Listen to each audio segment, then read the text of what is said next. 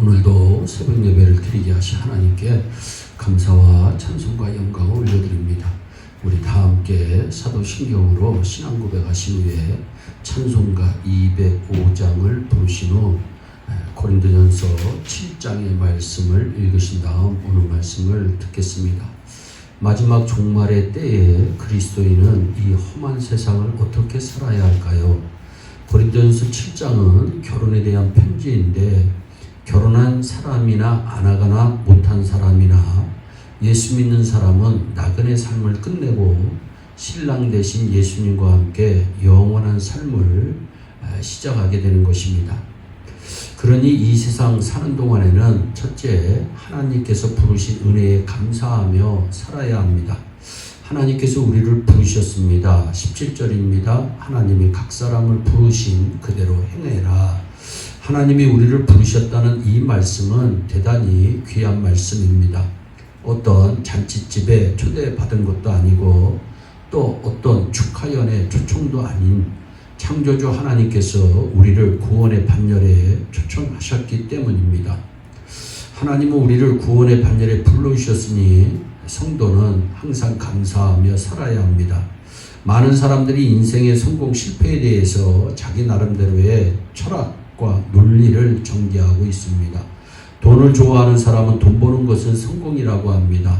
또 지위와 명예와 권세를 좋아하는 분은 남보다도 높이 오르게 될 때 성공했다고 자부합니다. 스포츠맨들은 올림픽 메달리스트가 되면 평생의 보장을 받고 영광이라고 생각합니다. 사실 그렇습니다. 그러나 우리에게 가장 귀한 것은 인생 최후의 구원을 받았느냐 받지 못했느냐 하는 것입니다. 왜냐하면 이에 따라서 천국과 지옥으로 갈라지기 때문입니다. 하나님은 우리를 또한 사명자로 불러주셨으니 성도는 항상 감사하며 살아야 합니다. 하나님은 누구에게든지 사명을 주셨습니다. 나를 따르려거든 누구든지 자기를 부인하고 자기 십자가를 지라고 말씀하신 것이나 또 베드로에게 사람을 낚는 어부가 되라고 하신 말씀이나 제자들에게 너희는 온천하에 다니며 만민에게 복음을 전파라고 하시는 말씀이나 사도 바울이 복음 전파를 위하여 자기의 모든 생애를 바치는 것 등은 하나님의 사명을 위한 아름다운 삶을 우리에게 보여주고 있는 것입니다. 여러분에게 맡겨주신 주의 사명에 대해서 하나님 앞에 날마다 감사하는 마음을 가지시고 전심전력을 다해서 충성하는 여러분 되기를 주의 이름으로 축원합니다. 둘째는 이 세상에 노예가 되지 말고 예수 안에서 자유함과 기쁨을 마음껏 누리며 살아야 합니다. 우리 인생이 예수 그리스도 안에 있기 전에는 죄의 종이었습니다. 사탄의 종이었습니다. 물질의 종이었습니다. 세상 여러 가지 풍습에 얽매여서 세상의 노예와 같은 생활을 했습니다.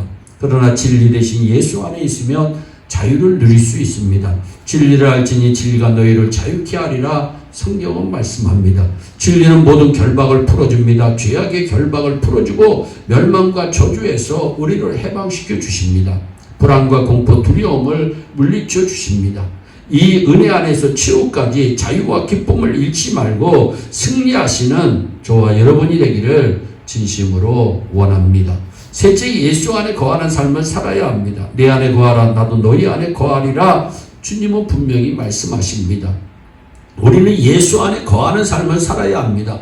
여기에서 거한다라고 하는 머문다는 뜻이고 머문다고 하는 말은 예수님께서 책임져 주시겠다고 하는 뜻이 있습니다. 그리고 거한다는 말은 또 하나님께 고용되었다고 하는 의미까지 있습니다. 우리가 예수님이 원하시는 대로 행하면 축복을 받습니다. 나는 포도나무여 너희는 가지니 저가 내 안에 내가 저 안에 있으면 이 사람은 과실을 많이 맺게 될 것이다. 너희가 내 안에 거하고 내 말이 너희 안에 거하면 무엇이든지 원하는 대로 구하라. 그리하면 이루어 주시리라. 아멘. 24절의 형제들아 각각 부르심을 받은 그대로 하나님과 함께 거하라고 성경은 말씀합니다.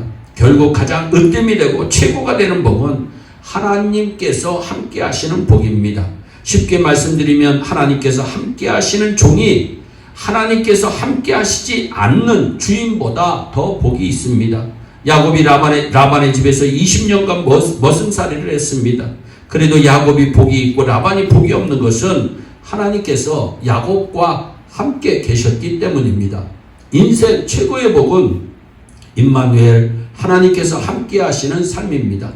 왜입니까? 하나님께서 함께 하시면 이 세상에 사는 동안에도 든든하고 너무나도 좋고 또 하는 일도 잘 되게 됩니다. 요한복음 8장 29절입니다. 나를 보내신 이가 나와 함께 하시도다. 내가 항상 그의 기뻐하시는 일을 행함으로 나를 혼자 두지 아니하셨느니라. 아멘. 우리가 성령을 받았지만 하나님께서 우리와 함께 계시지만 우리 마음대로 살면 하나님께서 일하시지 않으십니다. 하나님께서 기뻐하시는 일을 우리가 할 때 하나님께서 우리를 위해 손을 펴시고 일하시는 것입니다. 여러분과 제가 있는 곳에서 주님께서 일하실 수 있기를 축원합니다. 우리가 있는 곳에서 주님께서 일하시면 모든 것이 잘 될 줄로 믿습니다.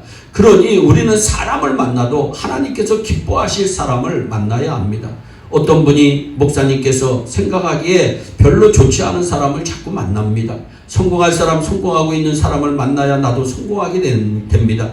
은혜 생활을 하고 있는 사람을 만나야 나도 은혜를 받습니다.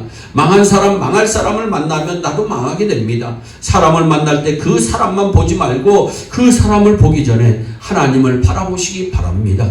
그 사람이 좋은가 좋지 않은가를 보기 전에 하나님을 바라보시기 바랍니다.